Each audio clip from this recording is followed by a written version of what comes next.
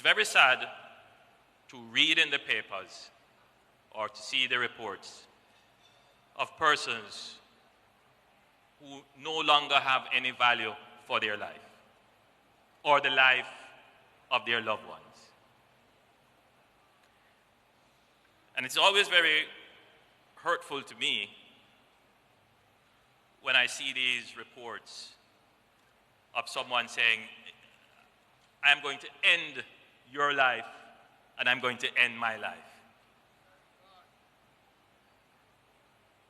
What would have happened for them to have lost the fear of God, to respect life?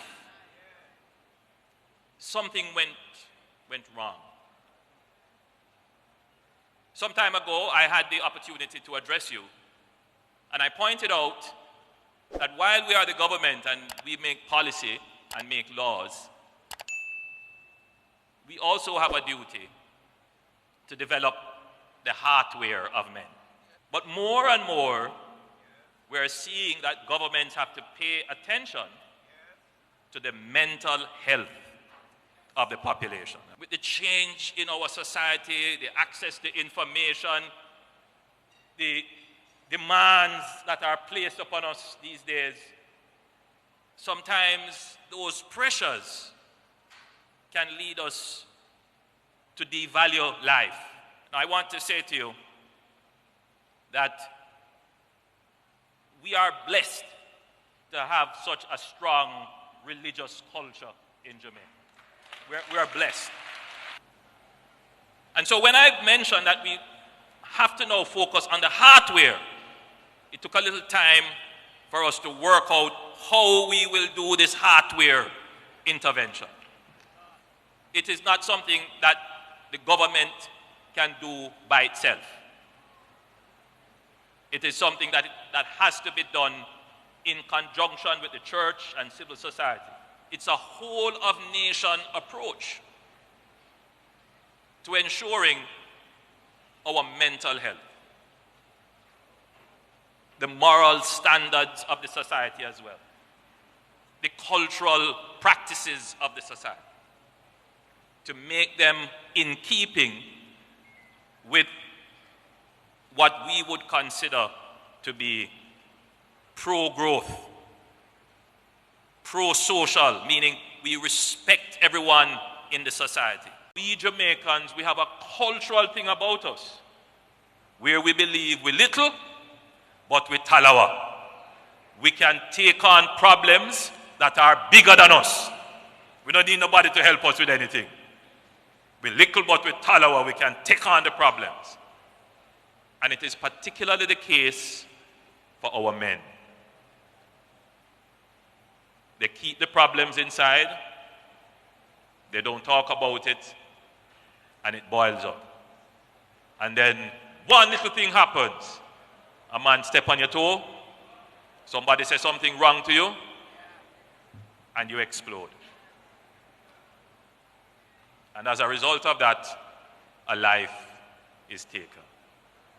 So a part of the hardware strategy that I will be sitting down with the church to discuss is how can we have greater interventions? How can we use the church nationally for these kinds of intervention?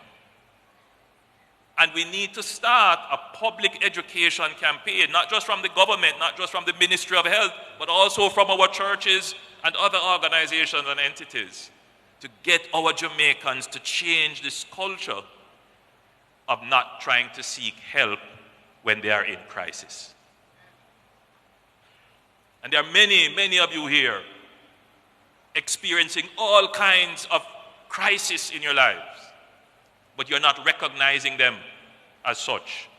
And you're not recognizing that an intervention, somebody to sit and talk with you, somebody to give you advice, even for the point of just offloading, break down and cry, helps you to get over it and get past it and to develop the inner strength and the renewed hope and faith that you will overcome the crisis.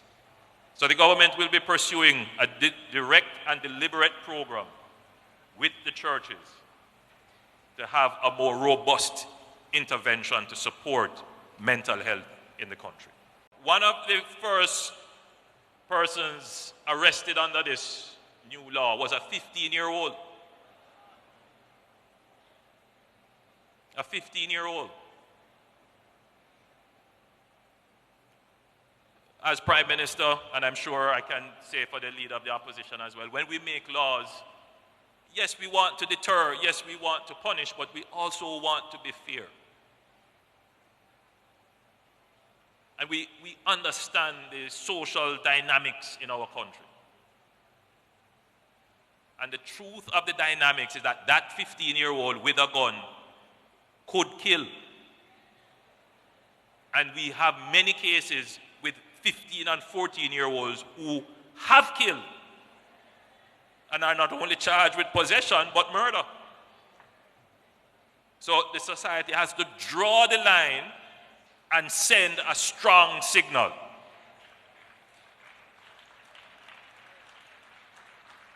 But the responsibility of the government doesn't only stop there.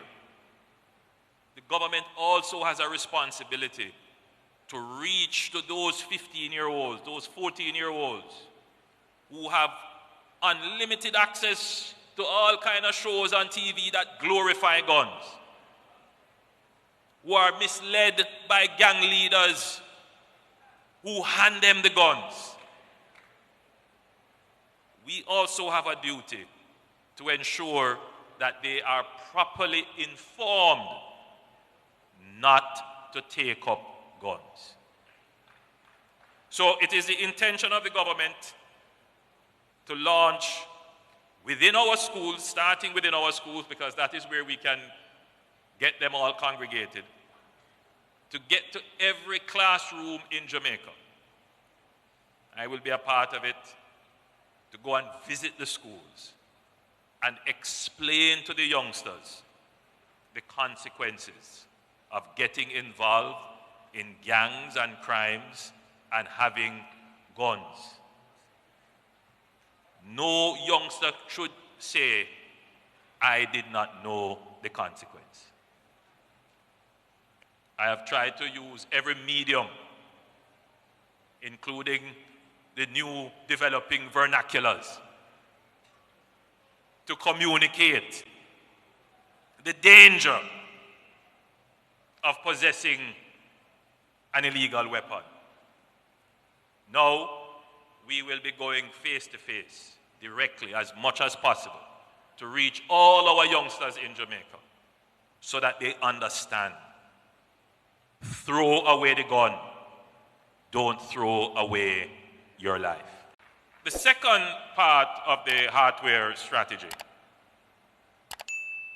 is that I'm going to need the support of the church in doing a national campaign to change the gun culture in Jamaica.